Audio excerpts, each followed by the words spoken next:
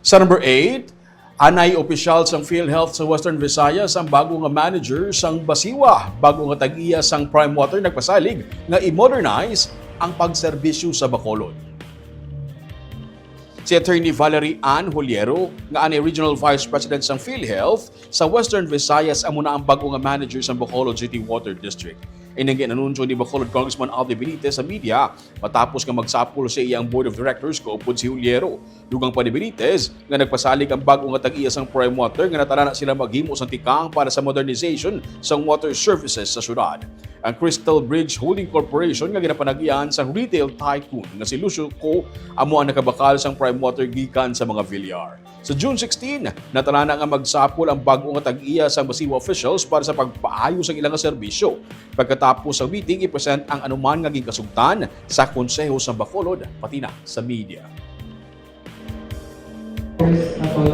Nagkanto ka gina sa office sa Basiwa Board, in-present nila si Attorney Onero, no?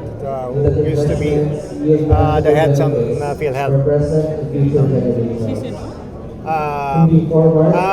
My understanding is Prime will meet with Basiwa sa June 16, where they will sit down on the modernization program being proposed by the new owners of Prime.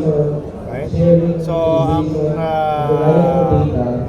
nastoryan kagina with Basiwa Board that Prime, the new owners of Prime, will present the modernization program sa aton water system, complete with all the data kung naano ka laba ang mga pipes na ginbutang, ano kadako, diin kinahanglan islan, ano ang mga improvements and equipment that is needed for us to have 24/7 high pressure quality water.